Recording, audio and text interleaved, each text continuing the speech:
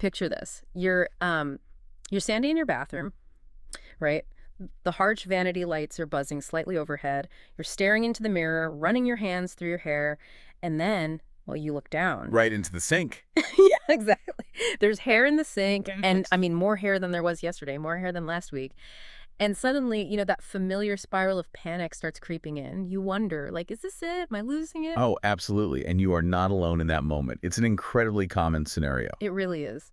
So welcome to this custom-tailored deep dive where we take the massive, overwhelming amount of medical literature out there and just distill it down just for you. Yeah, and today we're looking closely at the Clinical Pharmacist's Guide to Male Pattern Baldness Treatments. And I have to say, reviewing the clinical notes and just the sheer volume of data in this guide really highlights something crucial. Which is? Society frequently dismisses hair loss as, well, mere vanity, like it's just a superficial cosmetic issue. But the clinical literature makes it undeniably clear that the psychological burden is profound. Oh, for sure. It impacts self-esteem, identity, overall mental health.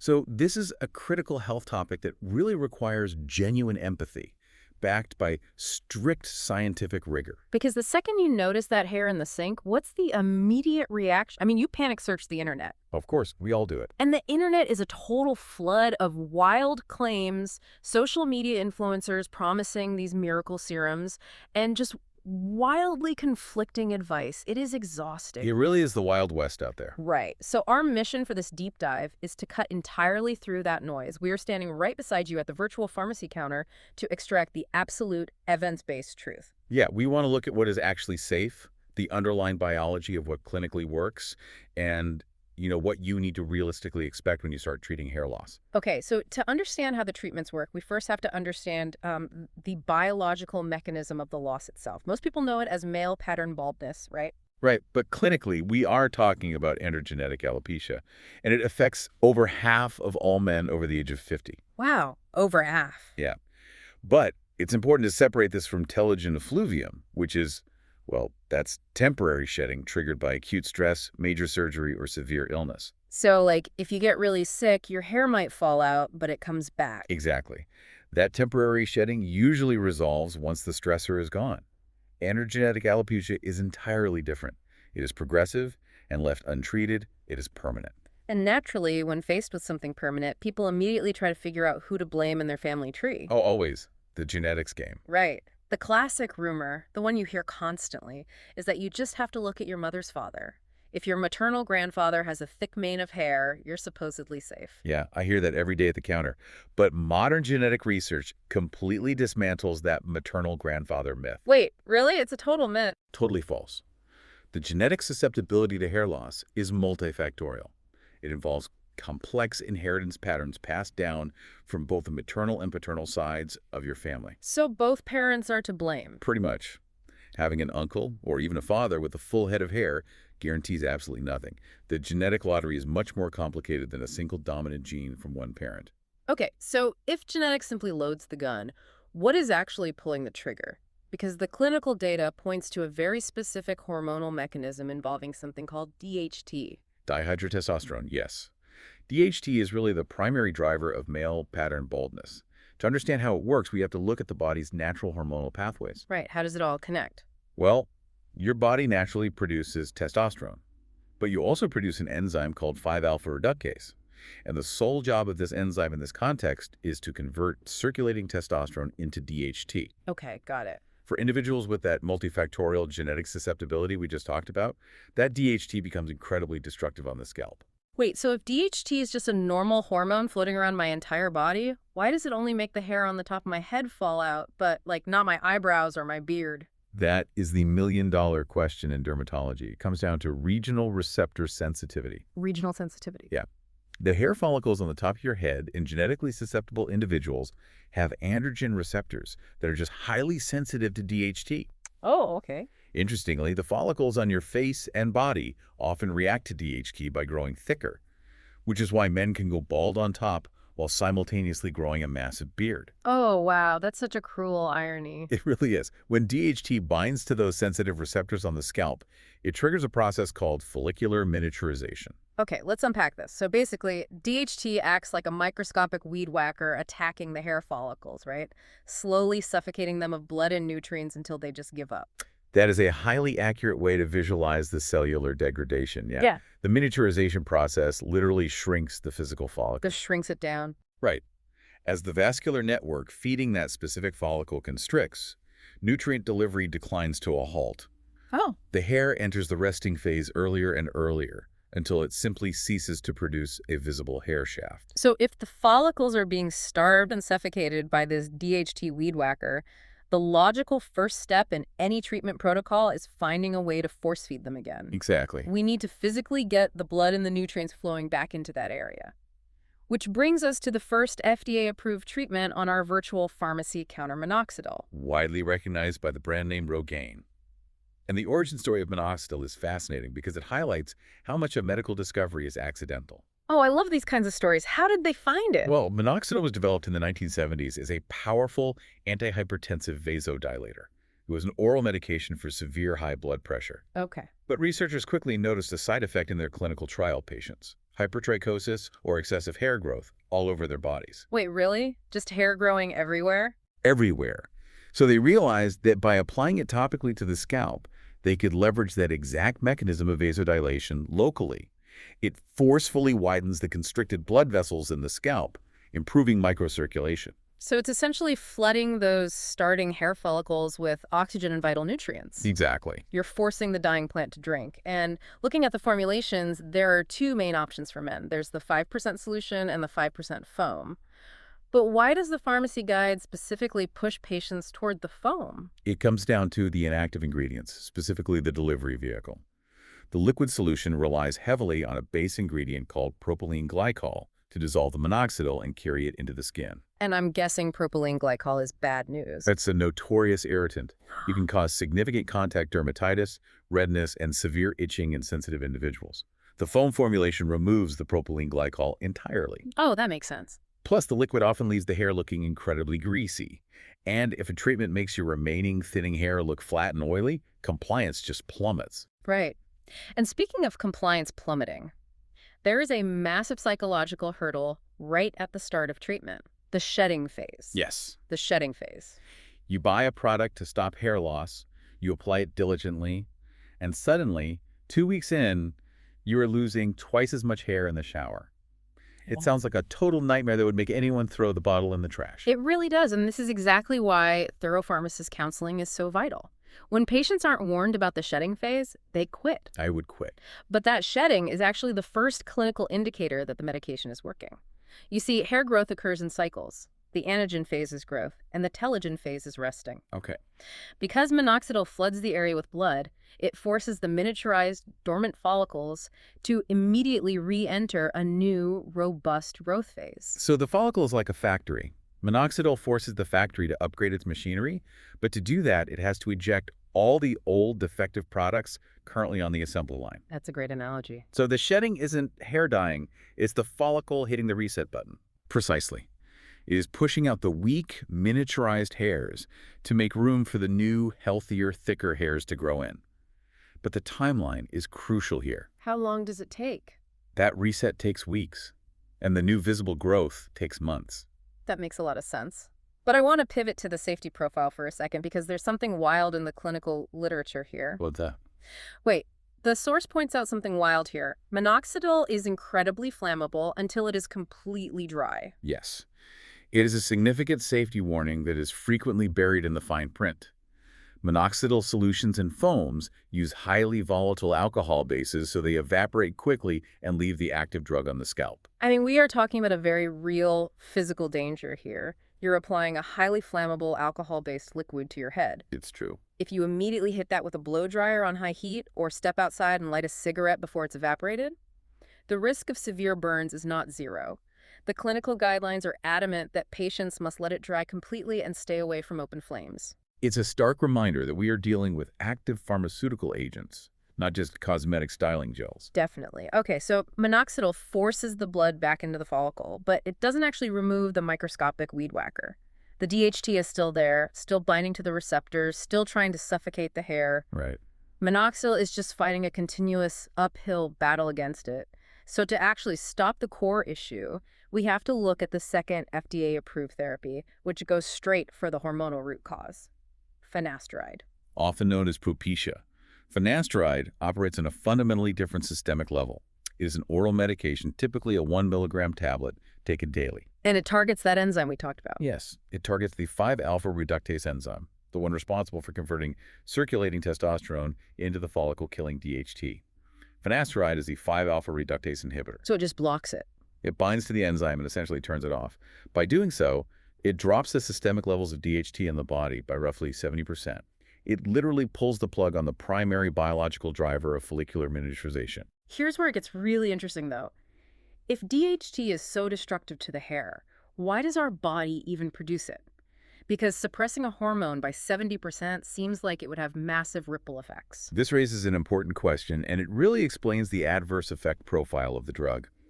DHT is absolutely crucial during fetal development and puberty for the development of male sex characteristics. Right, but what about in adults? In adulthood, its role is less prominent, but it is not entirely obsolete. DHT and the 5-alpha reductase enzyme play roles in the central nervous system, including the synthesis of certain neurosteroids like allopregnanolone, which help regulate mood and anxiety. Which perfectly explains the massive elephant in the room that terrifies patients. When you start chemically altering those neurosteroid pathways, you aren't just saving hair. No, you're not. You're risking decreased libido, erectile dysfunction, and severe psychological impacts like acute anxiety, brain fog, and depression. Given these intense psychological and sexual side effects, how do pharmacists help patients navigate this brutal trade-off? You're basically asking them to weigh their hairline against their mental and sexual health. It is a heavy medical decision.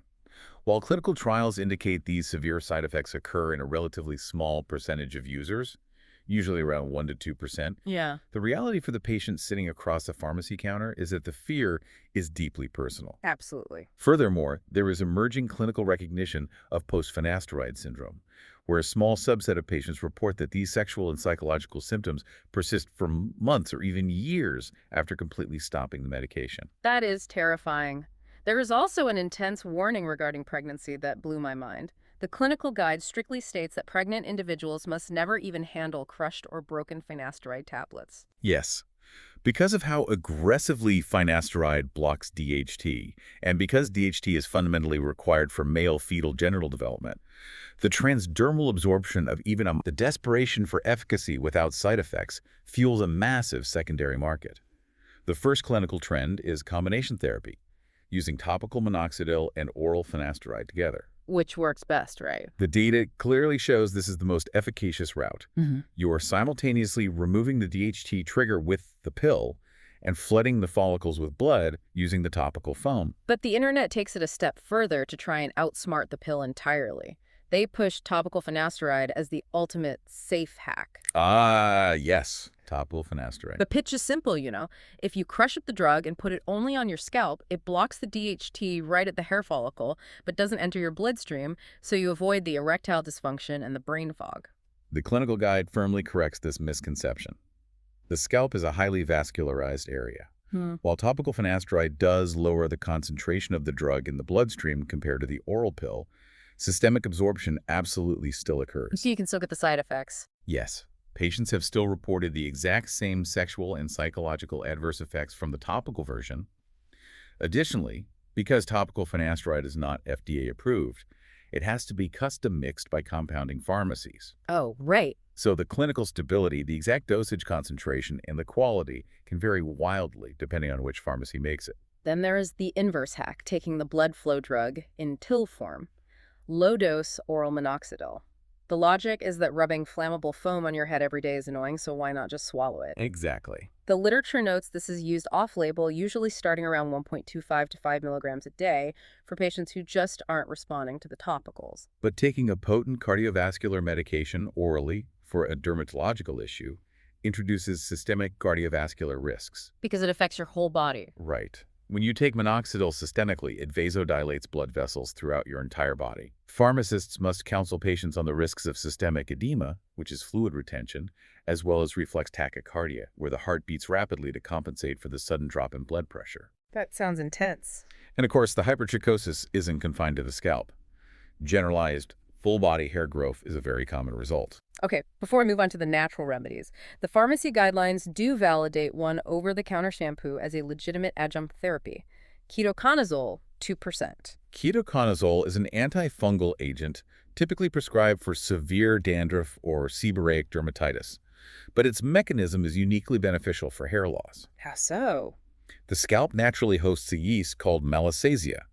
In some individuals, this yeast feeds on the sebum on the scalp and produces oleic acid, which triggers a massive inflammatory cascade. So the immune system just freaks out at the yeast, causes severe inflammation around the hair follicle, and that microscarring accelerates the setting process. Exactly. Ketoconazole eradicates the Malassezia yeast, drastically lowering the localized inflammation.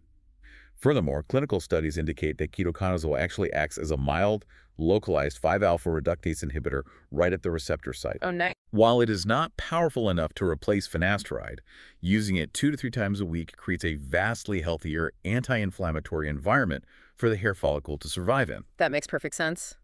But now we have to talk about the natural illusion, because if you spend 5 minutes on social media, you'll be told that pharmaceuticals are toxic and you just need to use saw palmetto and rosemary oil. I see those videos constantly. There is a pervasive narrative that if something is extracted directly from a plant, it is inherently safe and biologically harmless. The source makes a fantastic point here, though.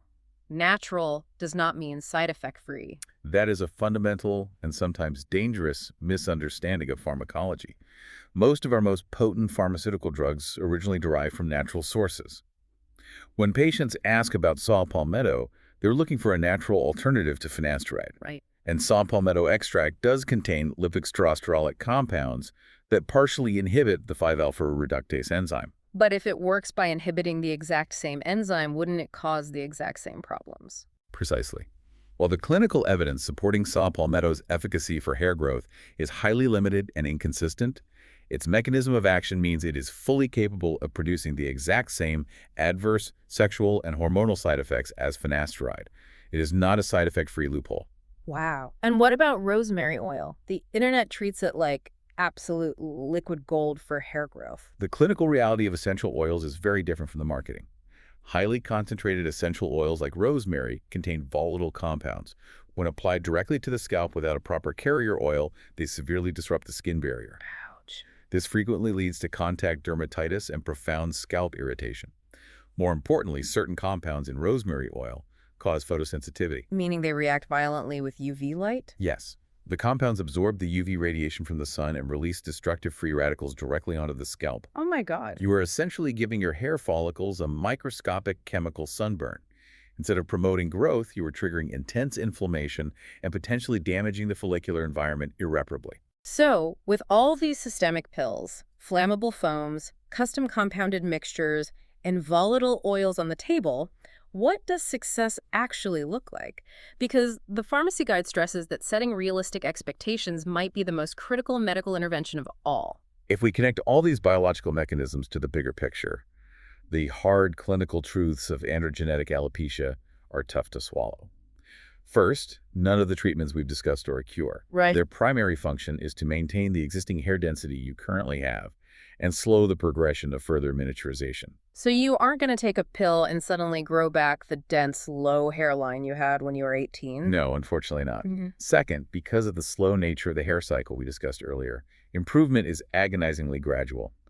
Patients must commit to months of continuous daily application before they will see even stabilization, let alone visible regrowth. And the most brutal truth of all is the continuous commitment. The literature is unequivocal here. If you stop the treatment, whether you stop swallowing the finasteride or applying the minoxidil, you will lose all the benefits you gained within just a few months. Yes, because the DHT immediately returns. Right. Your hair will rapidly shed and revert to exactly where it would have been genetically if you had never treated it at all. The only genuinely permanent one-time intervention currently available in modern medicine is a surgical hair transplant. Which highlights why having a trusted healthcare professional to synthesize this data is invaluable. The sheer volume of medical information available requires deep, critical thinking to navigate. You are weighing the pros and cons of systemic hormonal changes versus topical vasodilation and balancing significant psychological impacts against lifelong treatment routines. We've covered a massive amount of ground today. From understanding how DHT acts as a microscopic weed whacker, slowly starving your follicles, to exploring how minoxidil forcefully floods the scalp with blood while finasteride attempts to shut down the hormonal trigger entirely. It's a lot to take in. We've looked at the dangerous flammability of foams, the heavy psychological and sexual side effects of the pills, and dismantled the myth that natural oils and herbal extracts are somehow perfectly safe loopholes. And as always, there's always more to learn and evaluate as the science evolves. So what does this all mean? Our source made it incredibly clear just how heavy the psychological burden of hair loss really is. But considering that current treatments require a lifelong, daily commitment to actively altering your blood pressure systems or neurohormonal pathways, it makes you wonder about the future. Will science eventually move away from this lifelong chemical dependency and instead figure out how to use targeted gene editing to simply turn off the scalp's genetic sensitivity to DHT entirely?